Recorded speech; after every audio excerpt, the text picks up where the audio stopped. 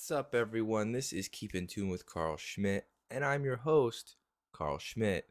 Welcome, welcome, welcome back to another episode of Keep in Tune with Carl Schmidt.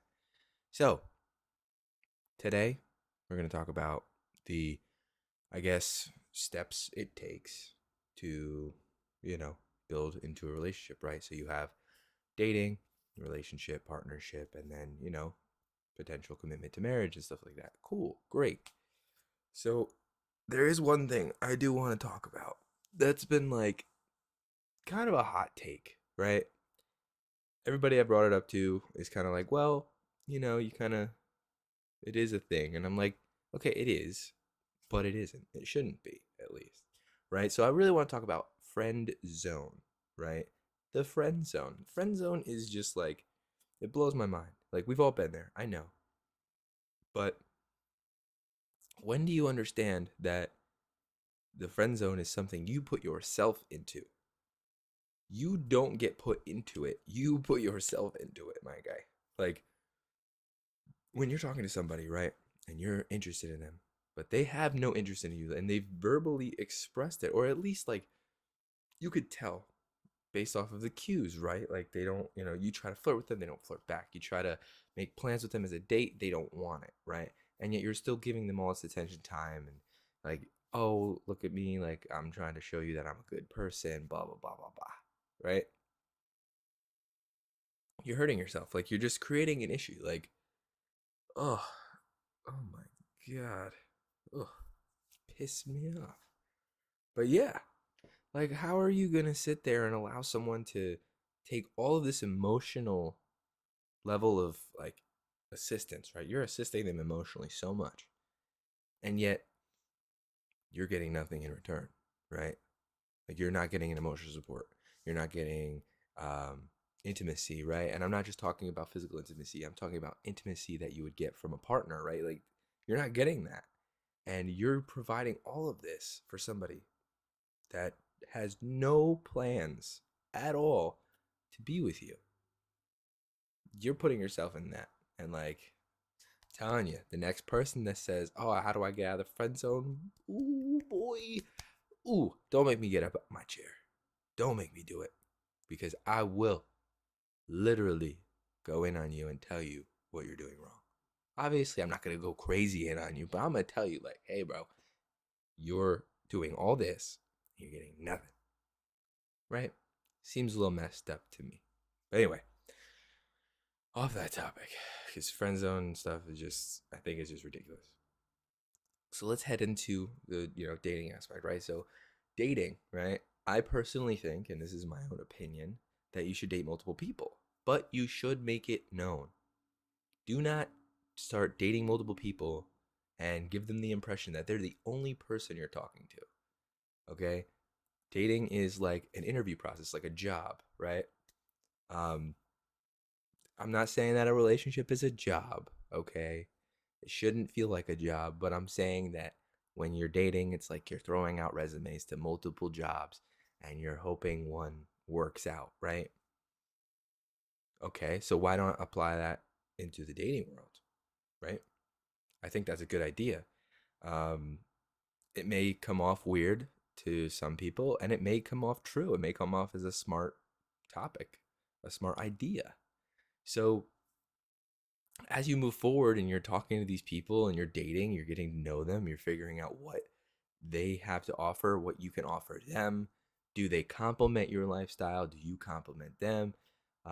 As you go through these steps, I would say give it a few months. You know what I mean? Like, go on a few dates, figure things out, talk to one another, build up a repertoire, right? Something like that. Cool, great. Everything's been going good. You found one person that truly, gives you that feeling of like, okay, this could be something, right? This makes sense.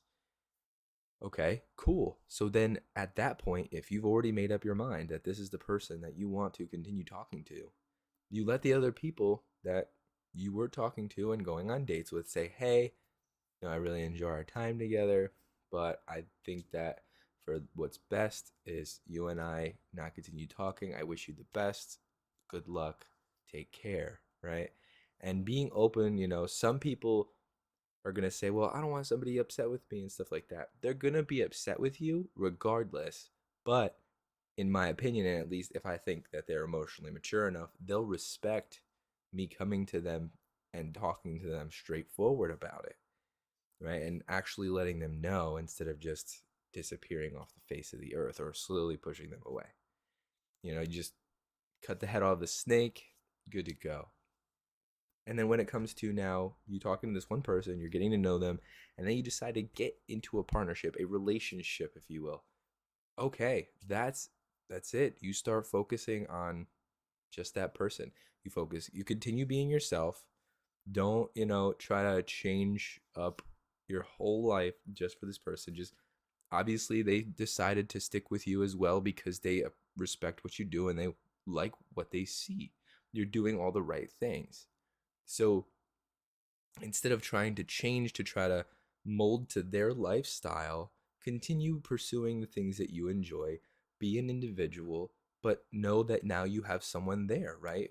So you're going to have someone to support you and be supportive of, right? So you're in a whole different predicament. So when you're in a relationship, a partnership, there should be no change in mindset unless it comes down to the point where you guys do eventually understand maybe it wasn't right. And then you start over again, right? You go back to the dating phase with other people. But once you're in a relationship, it should be fixated on both of you understanding that you're there together to build as a team and to grow.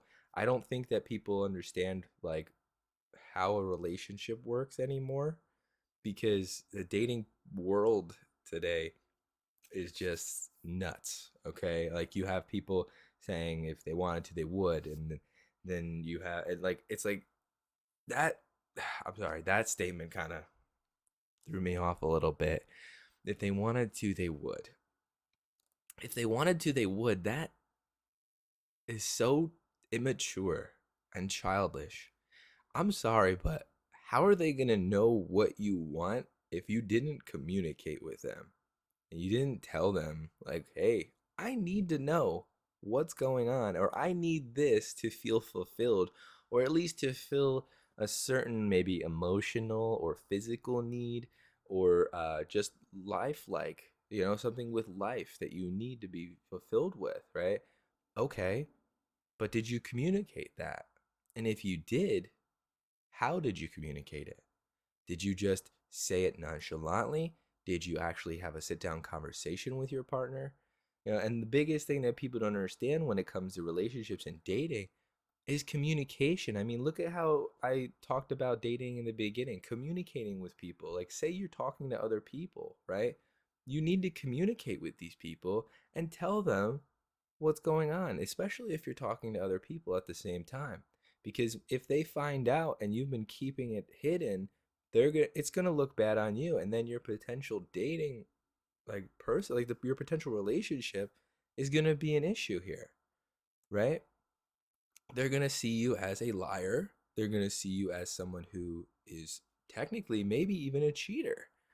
So if you're open about this and you communicate, your dating life will be a lot smoother.